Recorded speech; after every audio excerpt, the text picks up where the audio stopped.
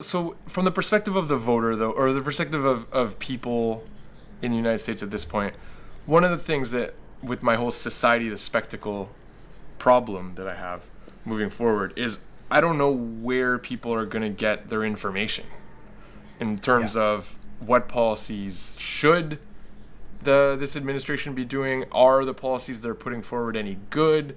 What will they in any way address the problem that they seek to address? I don't see where this is going to happen because, today he names the cabinet. I'm looking at these people in this cabinet, and I'm having this horrible feeling that this is just the team status quo, and I go turn on the New York Times. New York Times is Wall Street hits record high as Biden names Janet Yellen as Treasury Secretary. So, if we do a little recap of the situation, unemployment's through the roof. 8 million American tenants and their families are set to face eviction as soon as that moratorium gets lifted, maybe in January, maybe they'll extend it a little further, I don't know. Predictions of a massive economic depression are almost unanimous, and Wall Street is setting a record high.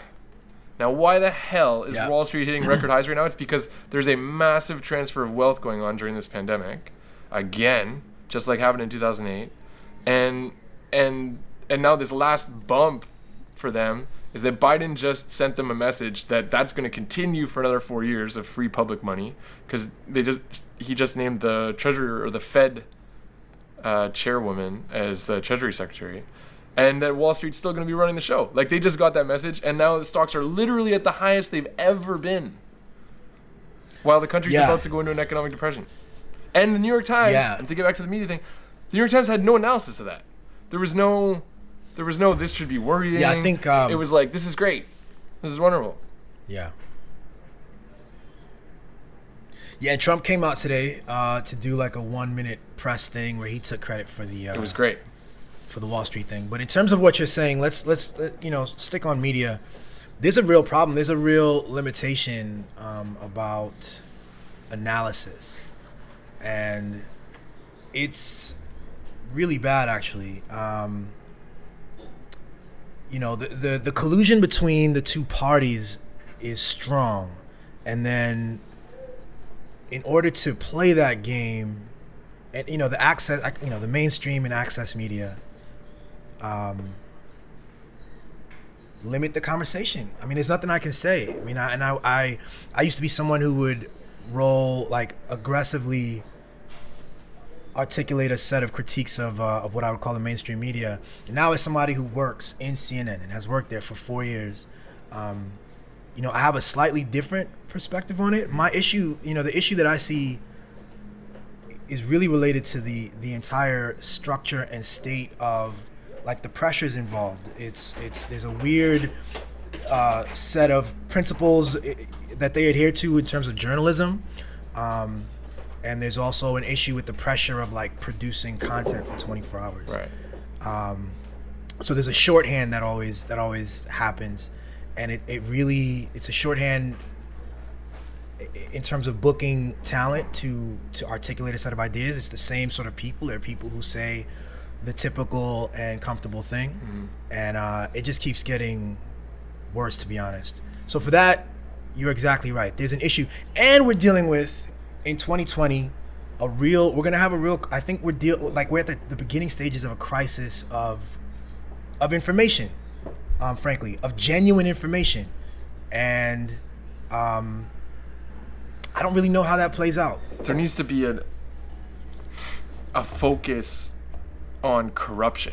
If there's one thing that I think has been the biggest tragedy of the media landscape in the time of Trump, is that Trump's corruption was not seen as the major problem, right? That it was, and I get.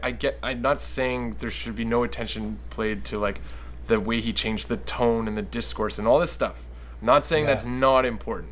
I mean, it's clearly important, but the problem with the United States before Trump and with almost every other government is that it hasn't been able to live up to the challenges of our time because it's too corrupt.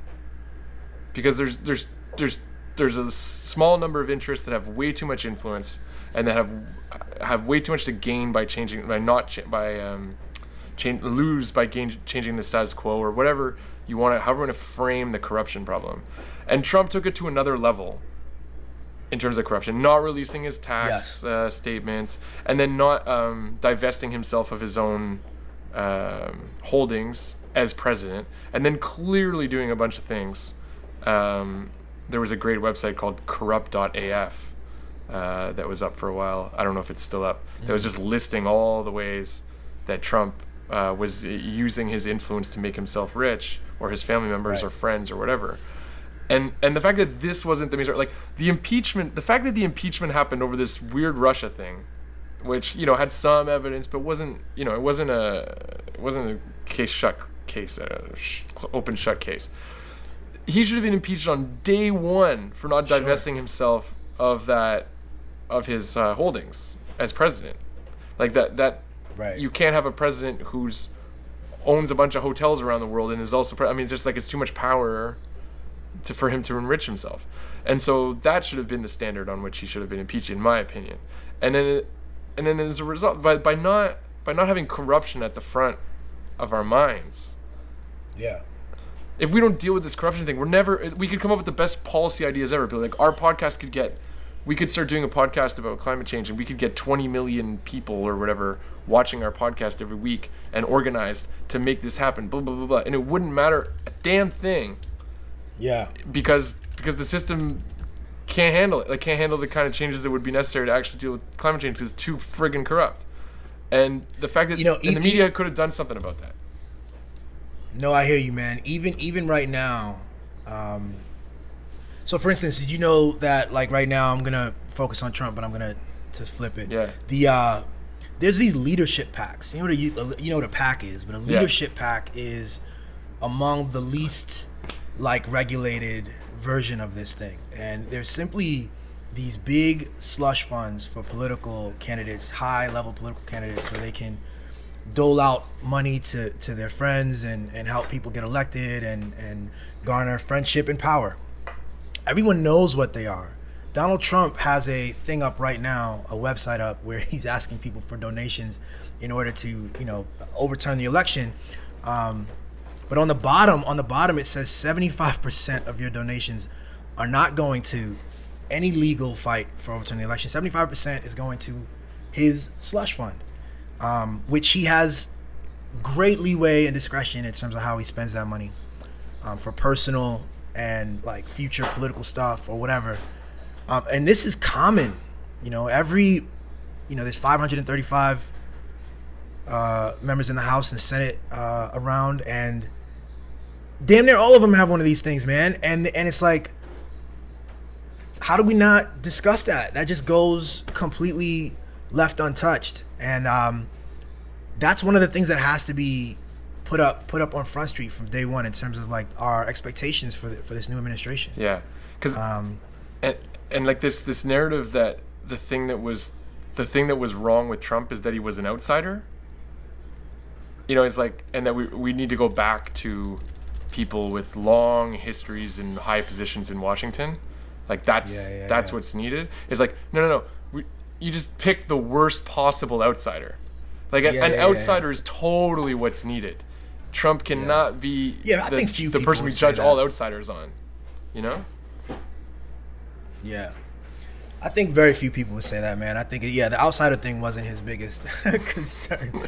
But obviously, when you have kind of not just ignorance of systems, but wanton like flouting norms in the political space, then that's one of the things it's one of the lessons people will try to take.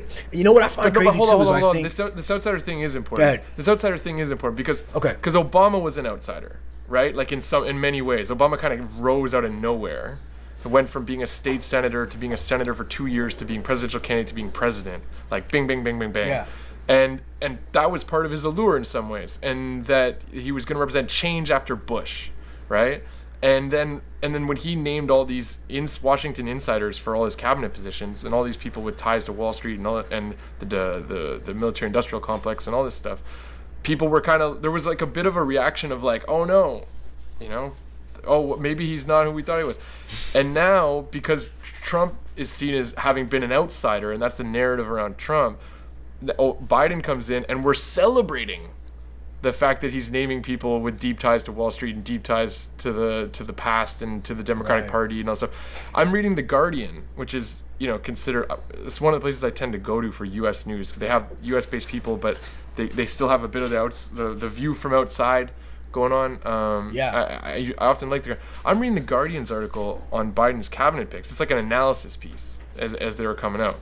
The first paragraph basically says that the exact quote is, "A dose of insider knowledge and institutional stability might be just what Washington needs." It's like, no, Washington, like everywhere else in the friggin' planet, needs solutions to climate change, inequality, racial inequality, all the, we don't just need people with insider knowledge and institutional stability. That's and that this is because of this narrative. Anyways. Yeah. Whoever wrote that, I mean, that's an inside the beltway kind of thing. That's DC. People get really excited about that stuff. It's just like polling. That's something I want to say. Can we end polling? Yeah, can we get rid of that already? That whole Finish. industry, Finish. it's completely or creative useless. polling. And frankly, we should do more creative polling. I don't even. Yeah, well, how would that? What is that exactly? I don't know. Just like more interesting questions than who are you going to vote for? Gotcha. Yeah. I mean, they supposedly. I mean, it's supposedly a pretty lucrative industry with people who are talented at sociology and framing and can understand how to write a good question to get an unbiased answer. But I don't get outside of candidates and maybe for media. I don't see the value in polling. Period. Especially when they're getting it wrong. Now two campaigns in a row, completely wrong, way off. And so what I'm seeing is people now. The polls are showing, okay, so Donald Trump had a bump in support from like black men, let's say, and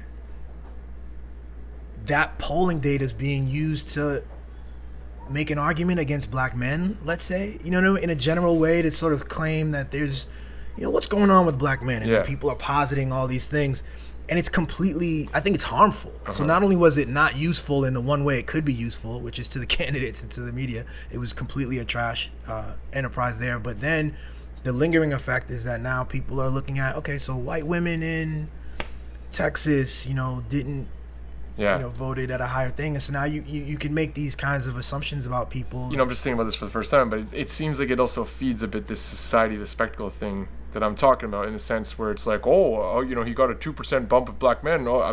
I guess this way that he's speaking is black men find attractive, and now Billy has to answer questions, even though Billy didn't take that damn poll.